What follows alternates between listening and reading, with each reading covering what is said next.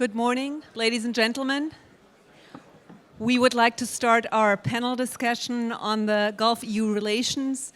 In the opening ceremony, we already heard a lot about the two regions, the Gulf and Europe.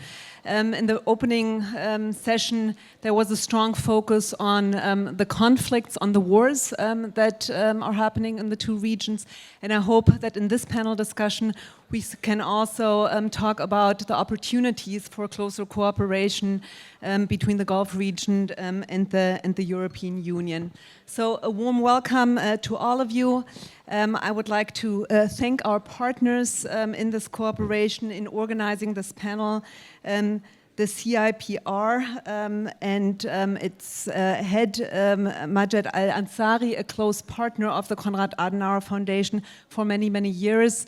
An advisor, I think, also to the Konrad-Adenauer-Stiftung in understanding not only Qatar, but also the region and its complexity. So thank you very much for the long-standing partnership and also to cooperate in this initiative here today.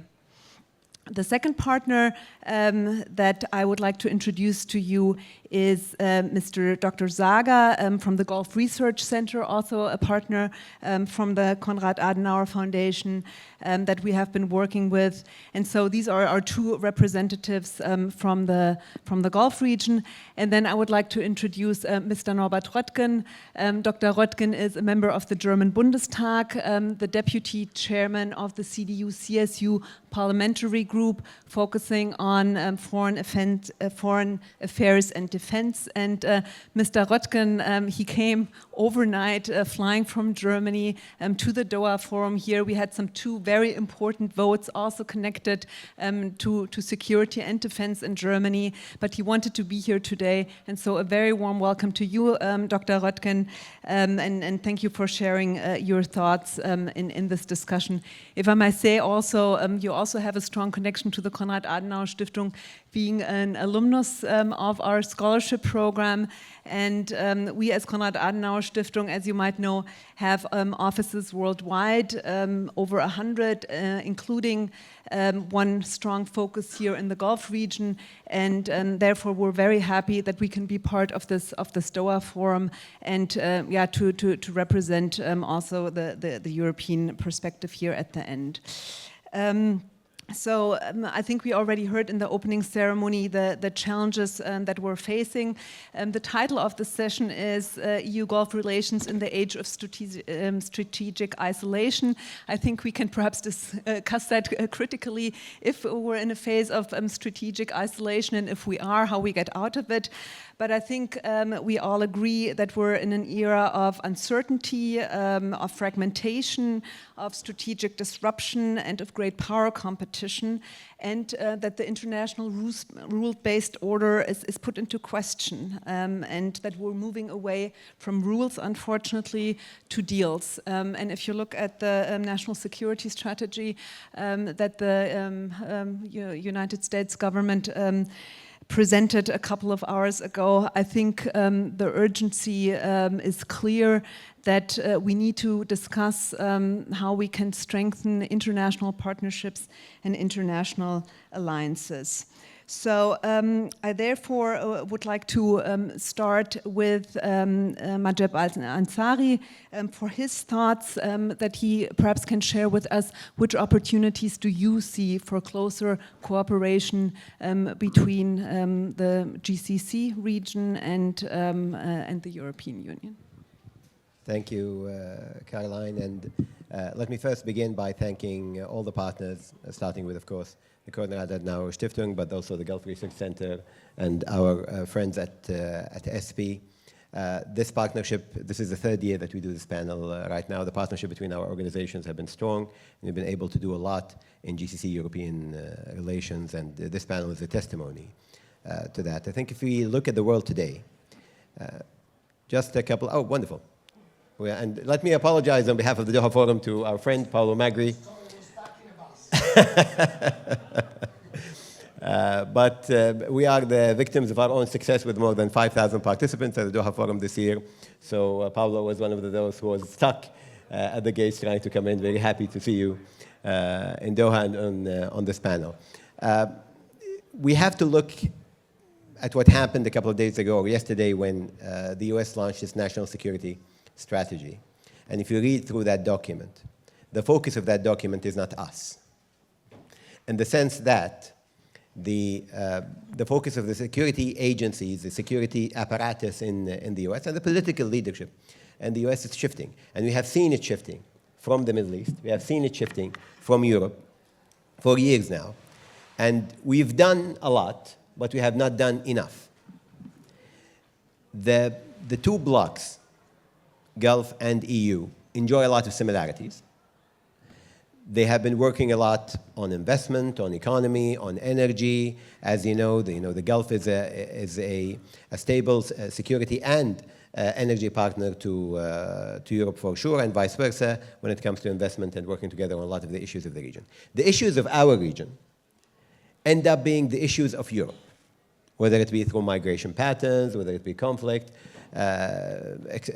exposure, or through terrorism and the coalition against terrorism. In all of these issues, we find ourselves neighbors, living next to each other and suffering from the similar fates with everything that's happening. And I think there are three things that we should look into doing together. Of course, we have now, since 2024, the security dialogue between our two sides. Our leaders have met in the GCC summit. More and more is happening on the bilateral front between individual GCC countries and European countries. But it is now mainly conflict resolution and mediation, where Europe and the Gulf can come together on a lot of these issues. Just in, I think, not in this room, but in this side of the hotel yesterday, a peace deal was announced between the AGC and the Colombian government that was mediated through the efforts of three countries: Norway, Spain, and Qatar.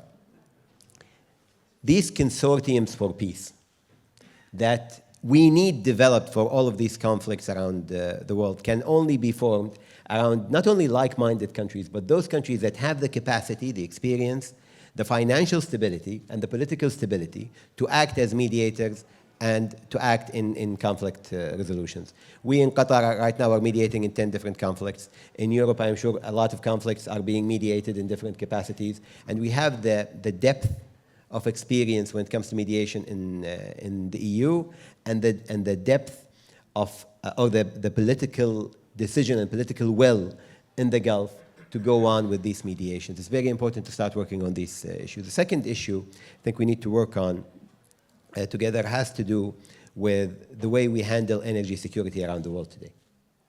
What has happened between Russia and Ukraine, what has happened in maritime security in a number of instances in the past, including the Red Sea, has merited a discussion that goes beyond the typical when it comes to energy security around the world today. The Gulf enjoys the fact that it is one of the biggest energy providers when it comes to gas and to petrol. But that is dependent on the stability of the world. That's dependent on the stability of maritime routes. That is dependent on the stability of our clientele. Most of our clientele right now is actually in Asia. The stability of the South China Sea, for example, is one that is vital to our economic models in the Gulf. But a lot of our partners are also in Europe. And the stability of demand and the regulatory understanding between both parties is very important for us to be able to function together. Right now, there is a discussion between the Gulf and Europe over its regulatory framework that is hampering the advancement of the relationship over energy that we need finalized and we need to agree on. And then it's free trade between our side and Europe. You know, one of the longest ever deliberations to sign any agreements of any kind is the FTA between the GCC and Europe. It is something that has nothing to do with the fact that investment keeps flowing into Europe. It has to do with our bureaucracies that need to sit together and decide how to take this forward. One of the main problems in that front was always the fact that on both sides, you don't have a technical relationship that goes beyond the leadership relationships between the two sides. You need a technical relationship between the bureaucrats, between people who work in investment and business, that formulates an understanding on what it means for our regions to be partners. I'll just use a very simple example. Even the Schengen waiver issue. Qatar has a population of 340,000 citizens. Probably most European countries have more in asylum seekers than there are Qataris in the world today. Why has an issue like that, which should be minimal, easy to deal with, why hasn't been resolved? It is because of the lack of these technical relationships that allow for an understanding to go beyond the standard diplomatic engagement. And I'll just stop there. Thank you very much for lining out these three areas where you see the necessity of stronger cooperation. I would like to turn to Dr. Röttgen now. The new government has been in office for 7 months now, with a very strong message from my perspective on the international but also on the European stage that Germany wants to play an active and important role, meet up to its responsibility and the expectations, I think, that our partners around the world have towards Germany. So perhaps you can outline and share some of your experiences and your priorities with us. And I mean, just if you look alone, the ministers of the new government that have been visiting Qatar over the last couple of weeks and months, being at the Minister of Economic Affairs, the foreign minister. So, Mr. Röttgen, where does the cooperation between Germany and this region here, where is it on the list of priorities, and which of the 3 points that were just mentioned do you want to tackle? Firstly, I would like to confirm your observation that there is certainly a new approach in German foreign policy. In general, it's embodied by the Chancellor, and I would say it is also embodied by our foreign minister. Talking about him, particularly also for the Middle East, his travels were very frequent in his first months of being in office. So there is a new approach of assuming a leadership role in a European sense. So we know about our responsibility, we want to cooperate, we are open, and we are focusing on to identify shared interests in Europe and beyond, and also with the Middle East. Regarding the Middle East, I would say the huge potential in our mutual relationship between Gulf states and EU member states has been left unused to a high degree over a long over a long period of time. Perhaps we were focused on other issues. Perhaps it's a kind of complacency, perhaps, certainly from the European side, a lack of interest, and so on. Now I've become very, very optimistic, or quite optimistic, perhaps not. One has to be cautious with optimism in foreign policy. But I've become quite optimistic that there is an opener now. Not only because there are new mutual interests that have been identified, but there is now an opportunity to seize the potential which has been there before. It's not that I share the view that we are living in the age of isolationism. Even the national security strategy of the United States, and the United States are now the country that is under suspicion of isolationism. It's not expressing isolationism. What they are expressing in their strategy is to seek dominance in the Western Hemisphere, but they are not turning completely inwardly, because the Western Hemisphere are also the Europeans, of course, and they have a clear approach to not let the Europeans down, but in a way to turn against the Europeans, to interfere in domestic European policies, to recreate and change the nature of our liberal democracies. So this is not isolationism. They have they are expressing a new stance vis-à-vis China. So far, China has been viewed as a comprehensive challenger towards the global leading role of the United States. Now China is not seen through the lenses of great power competition, but it is seen to achieve a readjustment of the economic relationship. And we have read the 28 points on Ukraine and Russia's war against Ukraine. This is also a new fundamental positioning, siding with the aggressor against the attacked country. So this is not isolationism, and certainly not a strategic isolationism, because since we are living still in the times of globalization, there is no room left for a strategy of isolationism. What we are seeing is also that what was described widely for the last years or so, that we have left the global order period with a global order emerging, seeing the erosion of global order and norms and rules that are obeyed and accepted by countries, with a weakening of international institutions. Then this was followed by perhaps a period of great power competition. But as I mentioned, and the national security strategy, this is not great power competition.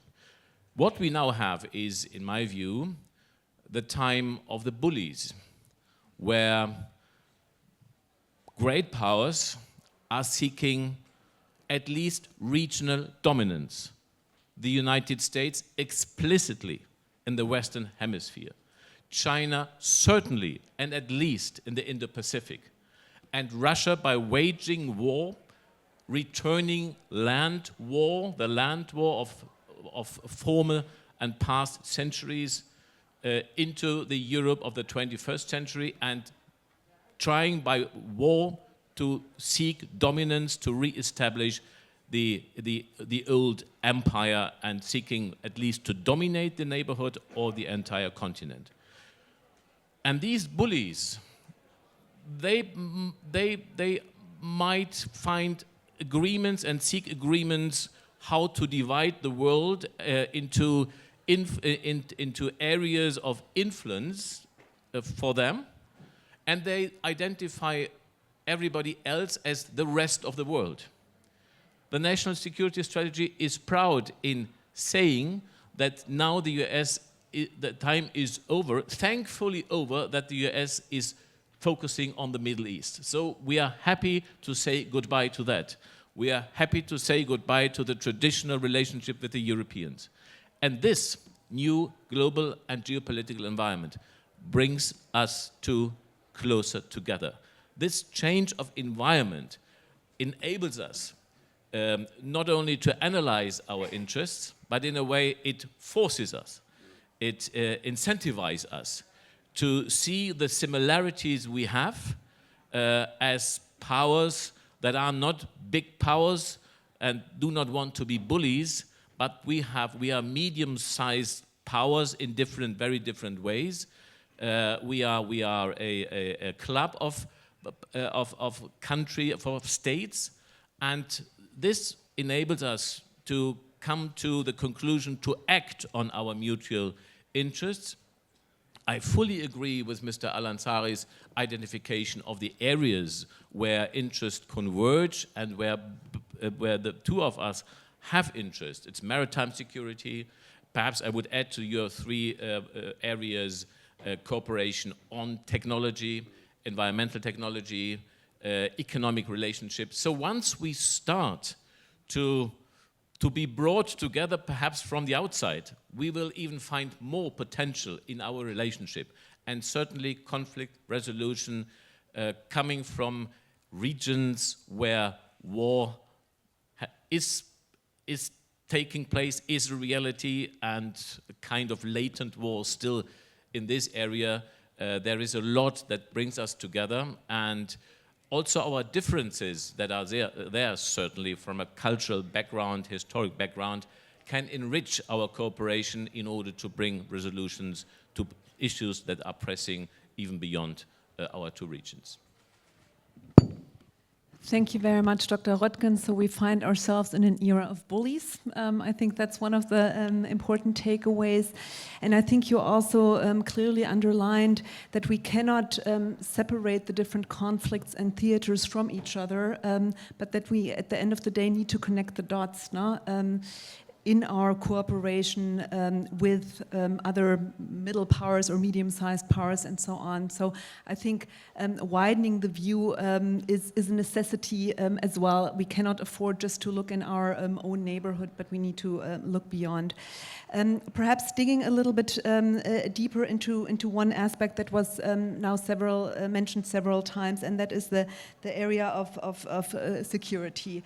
Dr. Sager, where do you see in that concrete area the potential and the need? Because, I mean, we've heard a lot about promises, closer cooperation and so on, but at the end of the day, now concrete steps need to be taken and action needs to be taken.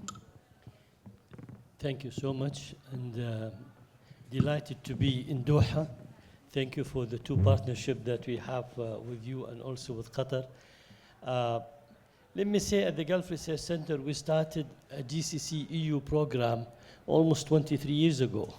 And we have produced much more than what anybody as a think tank have produced on that matter. And we have trained hundreds of diplomats. So really, the Gulf-EU relation for us is an extremely important partnership. Area and security, I think there are several. One of them, of course, being on the counterterrorism. On the maritime security, we just had with you last month in Riyadh an excellent specialized workshop on maritime security, giving the two European forces on Navy in the region here, and it was well participated from the different sides. I think we came out that there is a new threat on the maritime security, not the conventional one, but underwater capability and cyber on the maritime became an extremely important, and we do intend to follow up with you and also on the field of the maritime security. Other than that, of course, immigration. You know, some part of our countries here has been used for immigrant crossing from here to another country. I remember we did a book on this issue many years ago, how many they came from Asia using the Gulf as a hub, and from here they move again to Europe. I remember we had one of our workshops in Italy at the Arsenali, talking about migrant and coming from different countries through here to that one. On the defense side, which is part of the security, is extremely important, the relation. If I look at economically, it's about $161 billion. Europe is the second largest partner for the Gulf. But China is number one because China buy more oil from us. China, they import almost 40% of their oil requirement out of the Gulf country, 20% of it maybe from Saudi Arabia. So if I take the energy out of this calculation, then Europe, of course, is a much larger partner. Sharing of information and sharing of intelligence, that's an important issue in the security area, because you do have a threat, we have a threat. But I think one of the big threats that we don't like normally talk about it, do we have one European decision? Or do we have a different European decision? Because if I have a different European decision, then definitely it causes a problem here in also the way how we deal. Free trade agreement, we have been negotiating for 25 years. Hopefully next year with the summit in Saudi Arabia, we will come to an agreement and then get the free trade agreement in place. That's another big issue also for the European and also for us. Von der Leyen, she said we can go individually and sign with the countries instead of collectively. I think at the GCC, and I don't speak on behalf of the GCC Secretariat, but I think the EU model is a very interesting model, and we wanted to see a collective relation. But when we look at how long it took to sign between the EU and Mexico, we understood we are in the queue, so maybe it will happen soon. There was a good hearing at the European Parliament on the various issues that has been discussed between the EU and also the Gulf. We are very thankful to those whom they wanted to enhance and strengthen the relation. and we really appreciate, to see such things. But at the same time, visa issue, free trade agreement, security collaboration, transfers of technology and know-how, people-to-people relation, those all will play a significant role. And I think, we can see, of course, I was in another lecture and somebody said, what is the most dangerous political, in your mind in the agenda of the region? I said, unpredictability in Washington. Because that unpredictability in Washington will have still an impact in Europe and on us. So I think we both need to also coordinate our effort and look at on the unpredictability of decision in Washington and how is that impacting Europe and also in us in the Gulf. Thank you.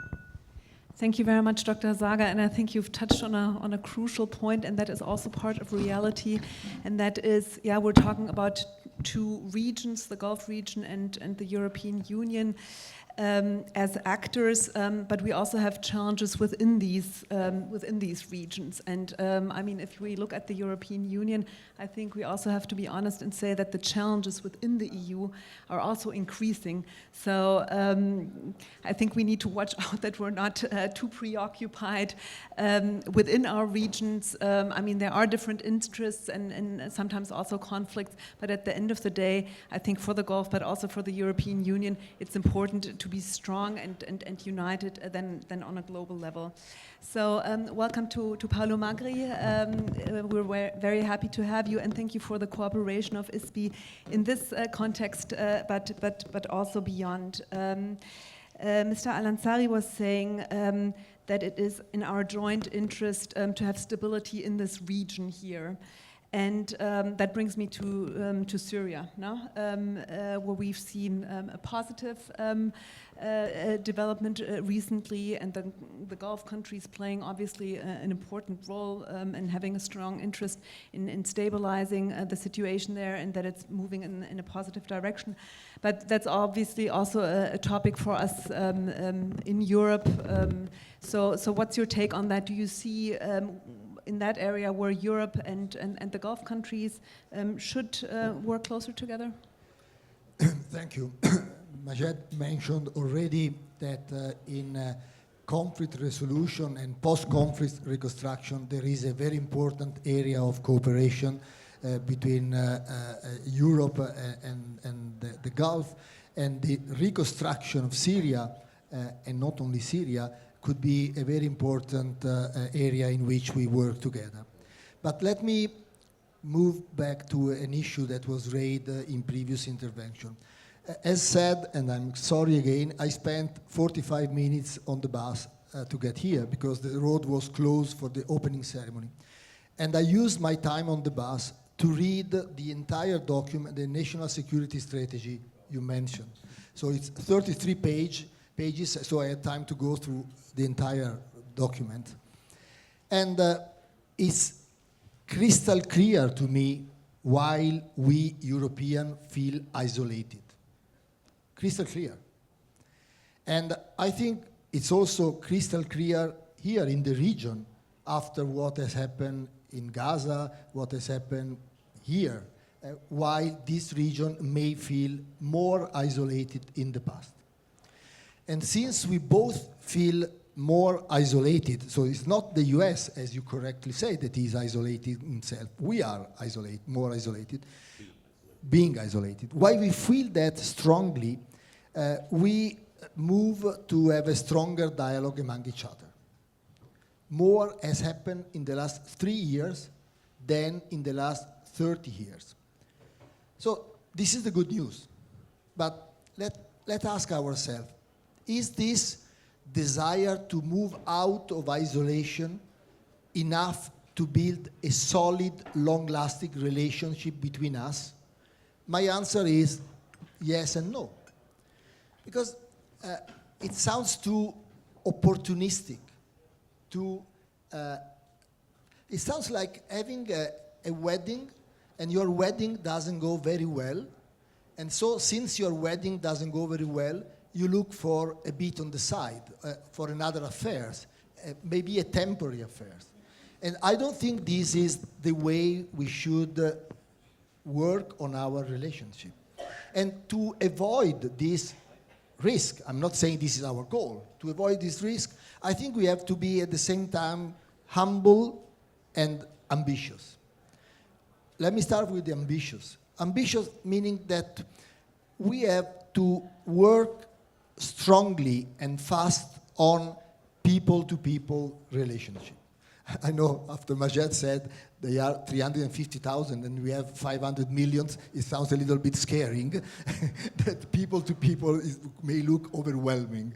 But people-to-people, as we are doing with diplomats, but that's not enough, is the best way to know each other, is the best way to find, to explore similarities that you mentioned that we have, is the best way to destroy perception and understand reality. So I think on top of cooperation on security, cooperation on bringing peace, of economic cooperation, that is a very important pillar in the future. But why did I say, and I'm done, we should also be humble? We should be humble because at the end of the day, we are 27 and you are a bunch of countries. Well, and within our two groups, we still have diverse vision and opinion. But look at the example. We are here to discuss Europe and the GCC, but you correctly asked him to talk about Germany. And he could have asked me to talk about Italy, Spain to talk about Spain. And this is how we work. We are still Germany, Italy, and Spain. You are still Doha and Kuwait and Saudi Arabia. So humble and ambitious is the best way for us to move from being a lover and to get into some kind of wedding, which should not be against our. I'm not here to stress multi-weddings. I'm saying that nothing we do should be seen as an alternative to our deep and important relation with the Americans, which is different from the current administration, but we should work steadily on our relationship as well. Thank you. Thank you very much. I'm looking at the panel. If you want to react, perhaps to the things that have been said before we give into the audience. I just wanted to emphasize on the issue of political coordination. The Gaza issue is an important issue for us in the region, and it touches the heart of everybody. You cannot neglect what have happened there. You cannot neglect this mass killing that took place there, and you cannot neglect everything. What we need is to have a firm position. It took a massive effort, almost a year and a half, to walk and to go through everybody to reach to 22nd September announcement in New York. We were surprised to see some of the attitude of the country. Yes, in Ukraine, they focus a lot on it, and they think it's a genocide, they think it's a murder, they think it's killing, but when it comes to Gaza, they neglect that. I think we need to have a much honest and a much better position from the European side when they look at the crime happening in the region. The other second issue, we have failing state in the region, unfortunately, situation. We have Syria, Lebanon, to some extent Libya, then we have a serious situation in Gaza, of course, Palestine, then we have Yemen. At least there is 7, that we need to have a full coordination in really working together when it comes to how to help the people first, to put the people, I mean, reconstruction of concrete, we can get the Chinese, they will build it overnight. But I don't think, that's what we are interested in. We're interested in building the people itself to regain confidence and on the humanitarian side. Thank you.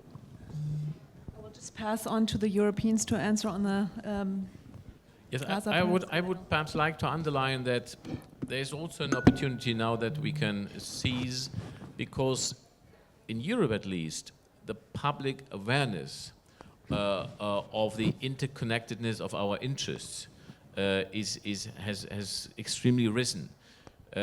Syria, for example, has been the main source and country from which, as a result of the internal war, the refugees came to Europe. 1 million Syrians coming to Europe, which has caused, of course, domestic problems and complicated problems populist right-wing parties have fueled the conflicts that arise when in so high numbers refugees enter countries in a short period of time. So the rebuilding of Syria, post-conflict reconstruction, is an important common issue, because everybody knows Syria has always been vital and critical for the stability of the entire region. Everybody in Europe knows that Iran is supplying drones and weapons and technology to Russia in order to wage its war against Ukraine, which is also targeting Europe and our political order in Europe.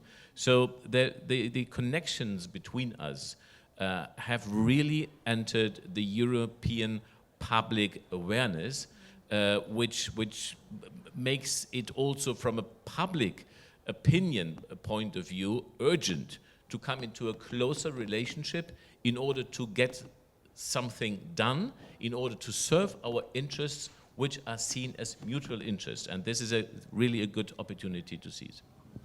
Very good. Mr. Ansari? Just quickly, 2 points. First of all, just to pick up on what Mr. Magri said, I think it's important to realize that this is a Gulf versus Europe relationship more than a GCC-EU relationship. Yeah. Building consortiums, building groups and constellations that would work on specific topics together is very important, like Oman and Italy over Iran, Qatar and Spain over Colombia, but also when it comes to economy and technology, AI, other things, we can build these constellations. It's much more useful than having every discussion within the GCC-EU format. And just very quickly, on values. The European values, because of the post-World War situation, have been instilled as universal values in so many respects. We embody these values. You will find them in the Gulf like anywhere else. Our values have been at times mistreated, at times misconceived, and at times using double standards to deal with them. No people's values should be a threat to other people. Values are something to be understood, to be developed together, and the values of society develop through the diversity of the value base in society itself. The discussion right now, in a lot of, because we're talking about isolation, discussion in a lot of parts of the world now is about kicking out cultures that we don't agree with. It should be embracing these cultures, just like these cultures were embraced here, the European cultures and other cultures were embraced here in this part of the world. We expect for a discussion about the embracing of these cultures in Europe to be the basis of social cohesion in the world. Yeah, very good. At the end, it's about respect and trust. No? Paolo, Magri, and then we have 2 questions already from the audience. No, I will be very short, because I fully agree with what was said. I mean, we have 2 or 3 crises which are very, very looked after by our public opinion. You mentioned Syria, but we have what's going on with Iran as well, and they are interconnected. And I would add Libya. And in all these 3 crises, not to mention Gaza, of course, but in all these crises, there is a great attention in Europe. And if we work properly on this crisis together, that will help understand each other and put our relationship on a very solid base. Thank you very much. We have 2 gentlemen here. Please go ahead. If you please introduce yourself and a very brief question, and to whom you're addressing it on the panel. I think there's a microphone. And okay, then we do 3 brief questions. Okay, please. Ms. Kanter, thank you very much. I'm Christian Hanold. I'm the expert for Europe and the Middle East at Bertelsmann Stiftung, Germany. I wanted to thank you for this very interesting session, because it also helps us to understand that European foreign policy capacity has to increase. You know, when you speak about the challenges, you know, what is the pressure which is around us, we need to change 2 points. The one is, I think Erasmus Plus and Horizon are very important European tools that should be able to enlarge to the Gulf in order to get your people-to-people issue forward, Dr. Paolo. And my other point is, you mentioned so many conflicts, Libya, Palestine and Israel, and Iran and Iraq. I would like to get, Dr. Paolo, your point of view, because Italy plays a strong role. Madame Meloni was at the GCC summit earlier this week. How you see Italy, working with other European member states and maybe perhaps also accept that that a group of European member states can take care of Libya. Another group can take care on Palestine and Israel. Another group on Iran. Can we not share, we are 27, can we not, share, make European action groups and share the responsibility? And when Germany is not part of an action group, maybe on Iran, that we accept what they are working about, or Italy not one on Israel-Palestine, and just, put national interests back, for the whole sense of the European Union. This is what my question. Thank you, Madam Kanter. Thank you very much. And the gentleman behind you. Thank you very much. My name is Abdullah Ba'aboud. I am the State of Qatar Chair for Islamic Area Studies at Waseda University in Japan. I have a comment and a question, and a very short question, but the comment is a bit longer. The EU had developed relationship with the general Middle Eastern area region since the 70s. The Euro-Arab dialogue, Euro-Mediterranean, Euro-Gulf, neighborhood policies, and the EU is considered as a civilian power, so it was focusing on economic and trade and investment, etc., and different cooperation, but not necessarily security. You mentioned, one of you mentioned that we now have three major powers: US, China, and Russia, and of course the EU is not there with them as a military power. Now, the question is, with the GCC, which has a very strong complementarity between the two regions, and very strong links, historical, etc. The relationship has started in the 1980s. What has Europe got to show for its relationship with the GCC and with the whole region? Euro-Arab dialogue, of course, that died, Euro-Mediterranean, Euro-neighborhood policies. What has Europe got to show to the Middle East? When we look at the Middle East... Thank you very much. I think the question has become clear. We have 14 seconds, and the producer said we need to... The last point, the question is, the Middle East is in turmoil, say, failing states, etc. It's between Europe and the Gulf states. What can the two regions do to save what is there? Because Europe is becoming so irrelevant in all these different changes that are taking place. Thank you. Thank you very much. There was a lady, and I want to take your point of view very quickly, and then I'll get back to the panel for very brief statements. Thank you very much. I'm Hiba Casas. I'm the Executive Director of a foundation in Geneva called Principles for Peace Foundation, which convenes a track 1.5 dialogue on the Middle East.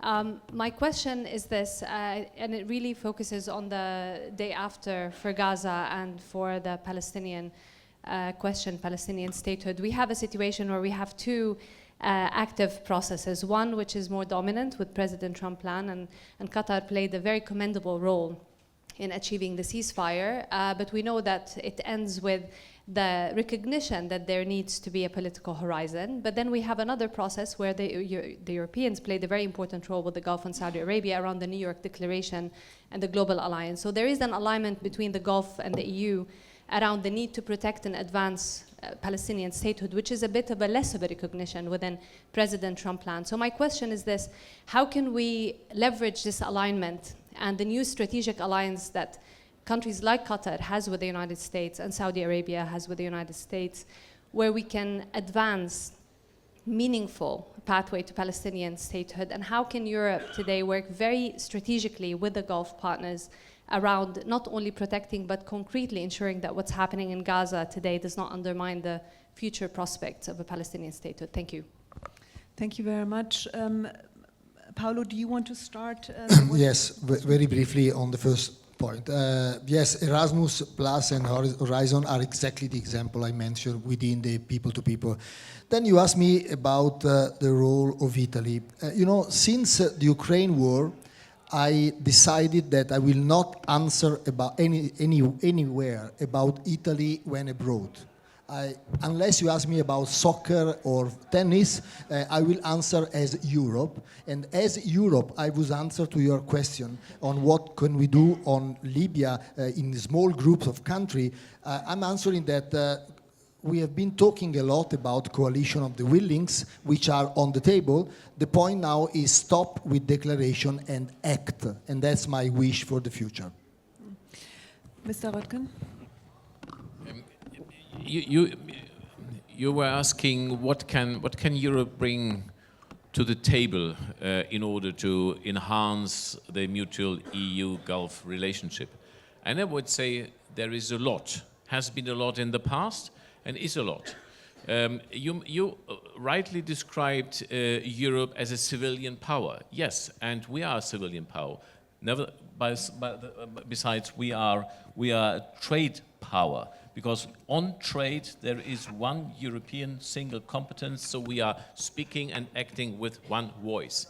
This is a market of 450 million consumers with a collective GDP of 60 trillion euros, with companies that are worldwide leading, big companies, medium-sized companies in all areas. So there is a huge, huge potential for economic cooperation. In Germany and across Europe, we are in a process of transforming our energy system, energy supply. This is true also for the Gulf regions, where the reliance on fossil fuels is coming to an end. So we have to undergo a transformational technological transformation in order to build up a new system of energy supply. It's huge, huge cooperation potential. This is one area, and then already the areas and issues that were mentioned. We rely on, and our interest at least is, and we rely on a functional maritime security system. So the South China Sea is important for trading powers, as the Gulf states and European powers are. So we can't tolerate the attempts to dominate the South China Sea by China. So there are a lot of international issues where our interests align.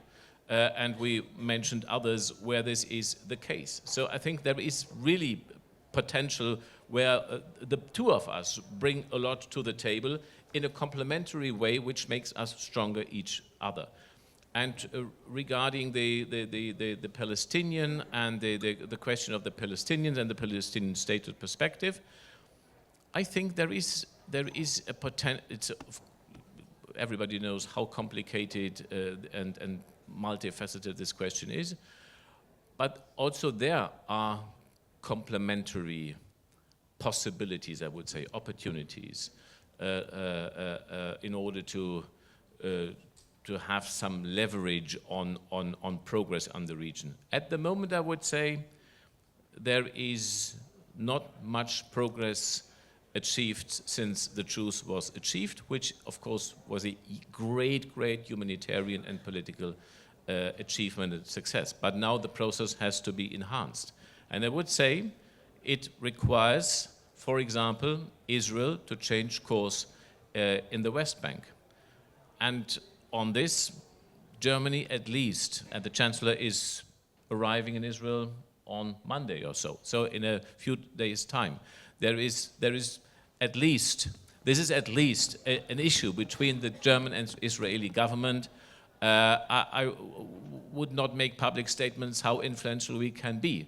However, we try as good as we can to influence the policy of Israel, which I consider a precondition to achieve success and progress with the disarmament of Hamas in Gaza. So these are mutually interlinked levers on how to improve the situation there. So this is another topic where it's difficult for all parts, but all parts have to engage and perhaps achieve something. But we have, if I may add one word, we have to admit that with influencing Israel, we have been more humble than ambitious.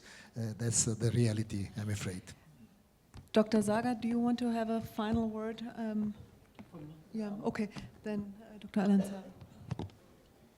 you know, the great achievement by Saudi Arabia and France in New York was that they fought the international war of narrative and they won.